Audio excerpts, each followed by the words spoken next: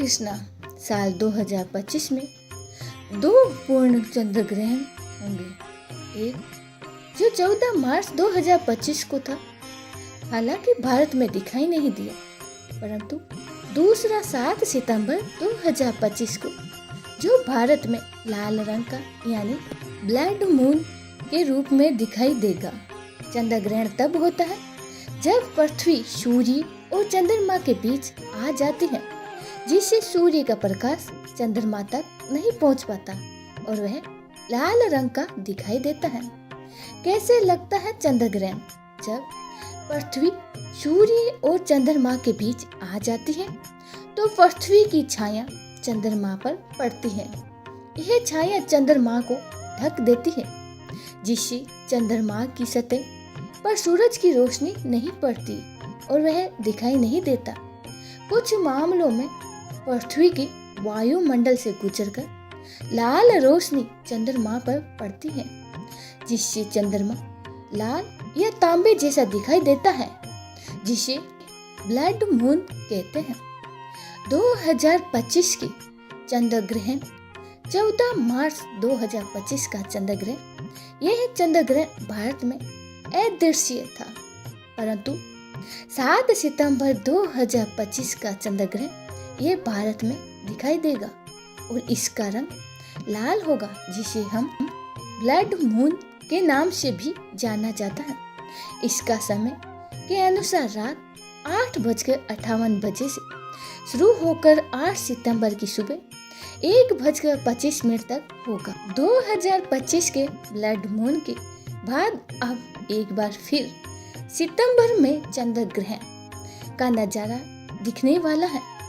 सबसे खास बात यह है कि अगले महीने लगने वाला चंद्र ग्रहण भारत में भी नजर आएगा। आपको बता दे, ब्लड मून वह दुर्लभ घटना होती है जो लूनर एक्लिप्स के समय दिखाई देता है और इस दौरान चंद्रमा खगोलीय स्थितियों के कारण लाल रंग में नजर आता है। साल 2025 का दूसरा और आखिरी चंद्र ग्रहण कब है? साल के इस आखिरी चंद्र ग्रहण को भारत में भी देखा जा सकता है। जाने भारत समेत दुनिया में कहां-कहां देखा जाएगा चंद्र ग्रहण का अद्भुत नजारा। जाने तारीख व समय चंद्र ग्रहण 2025 का समय व तारीख। ब्लड मून चंद्र ग्रहण 2025 7 सितंबर 2025 को लगेगा। इंडियन स्टैंडर्ड टाइम IST के अनुसार ये 7 सितंबर की रात 8:58 शुरू होगा और 8 सितंबर की सुबह 1:25 तक चलेगा। चंद्र ग्रहण रात 11 बजे से ही 12:22 तक अपने चरम यानी पीक पर होगा। हिंदू कैलेंडर के मुताबिक चंद्र ग्रहण पूर्णिमा तिथि पर लगना है और 2025 का आखिरी चंद्र ग्रहण भाद्रपद महीने की पूर्णिमा पर लग रहा है। कहां दिखाई देगा चंद्र ग्रहण? दुनिया भर के कई हिस्सों में चंद्र ग्रहण का नजारा दिखाई देगा।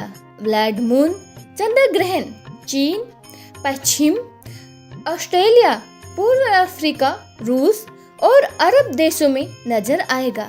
इसके अलावा आंशिक चंद्र ग्रहण अलास्का के पश्चिमी हिस्सों, पश्चिमी यूरोप और ब्रिटेन UK में भी देखा जा सकता है। बात करें भारतीय शहरों की तो भारत में ब्लड मून कई सारे हिस्सों में दिखाई देगा। लखनऊ, दिल्ली, कोलकाता, चेन्नई, बेंगलुरु, मुंबई, पुणे, गोवा समेत कई शहरों में चंद्र ग्रहण और ब्लड मून का यह नजारा लोग देख सकेंगे। चंद्र ग्रहण का नजारा निश्चित रूप में आपके क्षेत्र के मौसम की स्थिति और प्रदूषण के स्तर पर निर्भर करेगी। चंद्र ग्रहण 2025 क्या मान्य होगा? सूतक काल बता दें कि हिंदू कैलेंडर के मुताबिक चंद्र ग्रहण से 9 घंटे पहले सूतक काल शुरू हो जाता है। सूतक काल के दौरान कई काम जैसे यात्रा करने, खाने पीने आदि कामों पर रोक मानी जाती है। चंद्र ग्रहण तब लगता है जब पृथ्वी, सूर्य और चंद्रमा एक सीधी रेखा में आ जाते हैं और पृथ्वी की छाया चंद्रमा पर पड़ती है। यह केवल पूर्णिमा, पूर्ण चंद्र की रात को ही हो सकता है, जब चंद्रमा पूरी तरह पृथ्वी के पीछे होता है। चंद्र ग्रहण के समय गर्भवती महिलाओं को ग्रहण नहीं देखना चाहिए, घर में ही रहना चाहिए और कुछ भी काटना या छीलना नहीं चाहिए। ग्रहण के दौरान सोना नहीं चाहिए, बल्कि प्रभु का ध्यान या मंत्र जप करना चाहिए। ग्रहण के बाद गंगा जल मिलाकर स्नान करना चाहिए और किसी जरूरतमंद को दान देना चाहिए, शुभ माना जाता है। ग्रहण के समय क्या करें और क्या ना करें, घर पर ही रहें। चंद्र ग्रहण की नकारात्मक ऊर्जा से बचने के लिए चंद्र ग्रहण के समय घर के अंदर ही रहे और भगवान ईश्वर का ध्यान करें।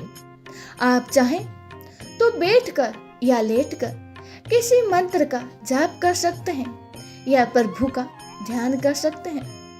तुलसी का प्रयोग भी कर सकते हैं।